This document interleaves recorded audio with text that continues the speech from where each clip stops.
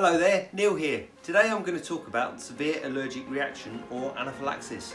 So, how it happens, how we can spot it and how we can treat it. You ready for this? Come on then.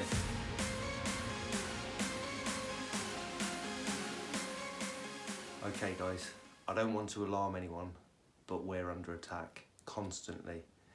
All the time, particles are trying to get into our bodies and cause havoc. But it's all right.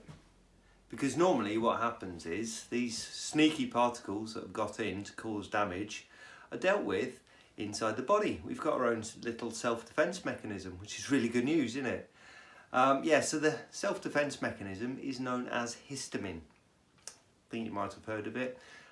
So particle comes in, the body notices it and then releases histamine to the area to deal with it. So yeah, it binds on and escorts it out of the body. No problem whatsoever for most of us. Now, for some people, the body overreacts. So the particle gets in, like everyone else. The body realizes that this is going to cause some problems. So what it does is releases some histamine, but it errs on the side of caution and sends some extra histamine to the area too. Now, the particles get bound up with this histamine and escorted out the body just like everyone else.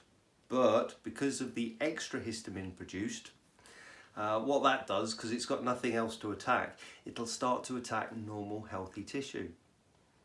The body actually records this as the fault of the particles because we've got like an internal memory log, yeah, what's good for us, what's bad, and when the bad stuff gets in, the body reacts accordingly. But for someone who's prone to severe allergies, severe allergic reaction, it's registered that attack of the histamine as the fault of the particle. So the next time the particle gets in, because of the amount of damage that was caused the last time, the body goes into serious self-defense mode and actually floods the area with masses of histamine.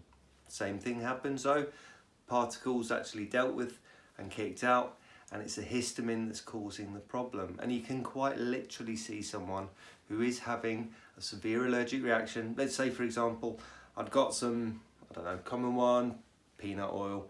So I've got some peanut oil on my finger, and we can actually see the histamine reacting with the skin. It gets red, it gets itchy, it gets puffy.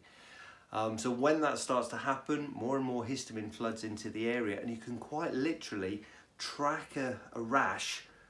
You can track the reaction working its way along the arm, up to the shoulder, across the chest, down onto the tummy. You can even see it going up the throat, up the neck, into the mouth, and then into the throat. And this is where a lot of the severe allergic reactions can become very life-threatening.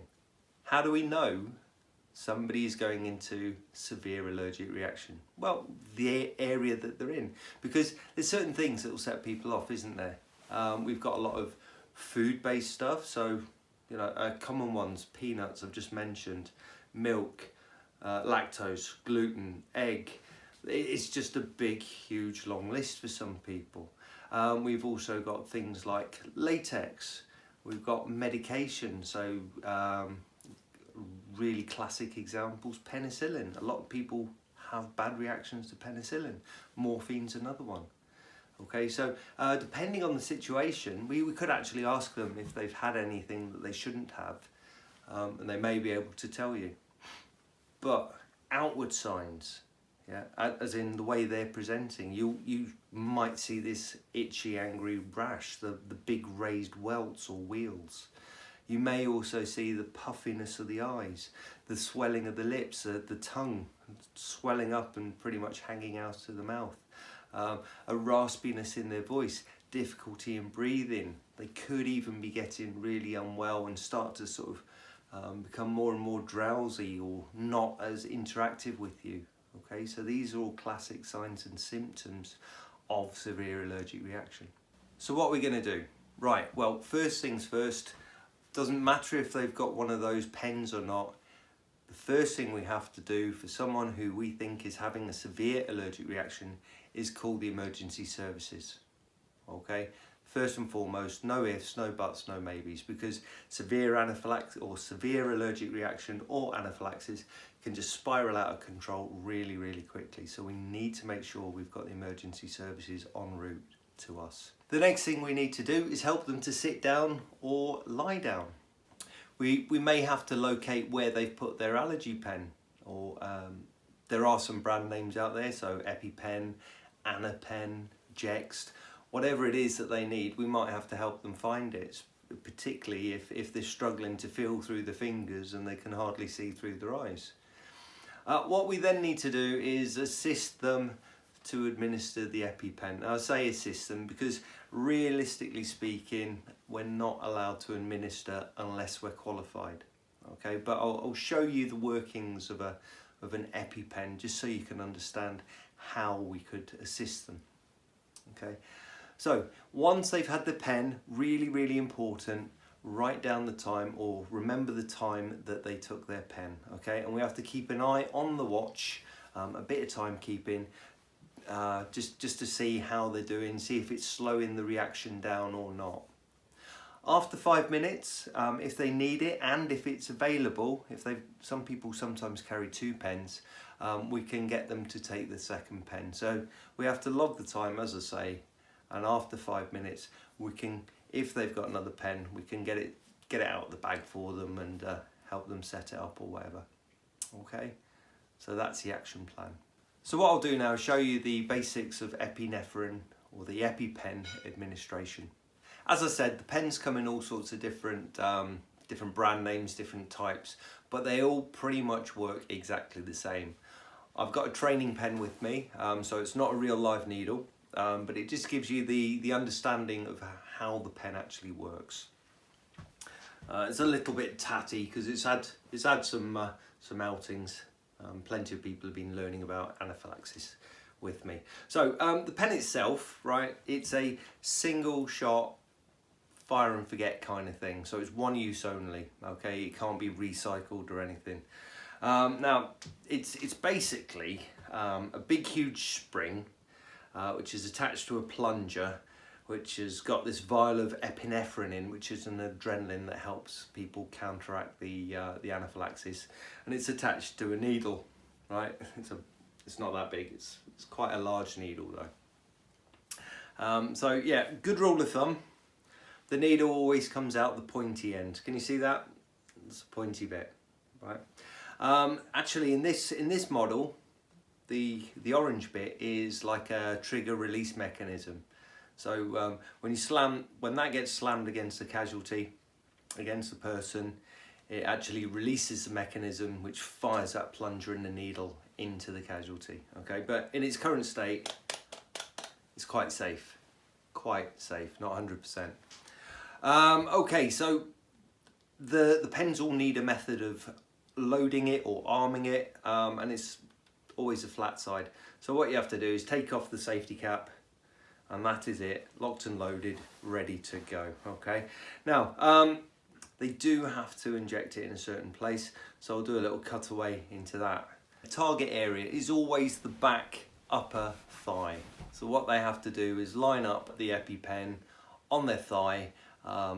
Generally speaking, we tell them to hold it out about 10 centimeters because the trigger release thing needs a bit of a run up to actually activate it. So they'll hold it out 10 centimeters and aim at that thigh. We just have to be really careful. It can go through clothing, no problem, but it struggles with things like iPhones and Samsungs and everything else. Okay, so we'll make sure there's nothing in the area that they're going to inject themselves. Okay, they hold it out 10 centimeters and then drive it into their thigh.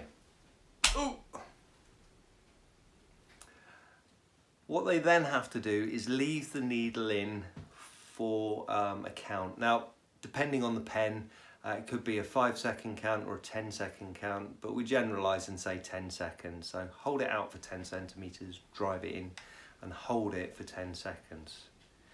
After the 10 count, they have to pull the needle out. Now don't worry, because a little security slider or a covering drops down over the needle.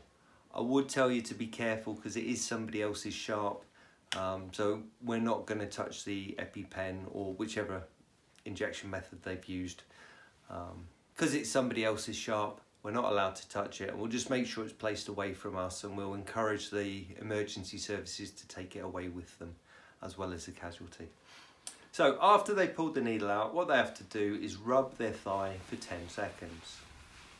Okay, now because it's gone into the muscle, that will help spread it through the muscle group, which is a huge amount of blood carrying vessels, and then it will whiz this epinephrine, this adrenaline around the body to start slowing down the histamine production. Once they've injected, as I said, you just got to time it for 5 minutes, and then after 5 minutes, if needed and available, we may have to get another pen and get it into them. Right, that's how we deal with someone who's suffering with severe allergic reaction or anaphylaxis. So we now know how it happens, how to spot it, and how to deal with it. I hope this has been informative. If you've enjoyed what I've shown you today, please hit the old subscribe button. Don't forget to ring the bell notification, just in case you'd like to see more of me. If you've enjoyed it, also you can smash the like button, and I can only improve with feedback, so feel free to put a comment down in the comment section below. I will answer every single one. I'm only a small YouTuber. Yeah, so give some comments. Just be constructive. If it was bad, tell me how bad. Thank you very much. Okay, so yeah, look forward to seeing you next time. Cheers for now. Bye.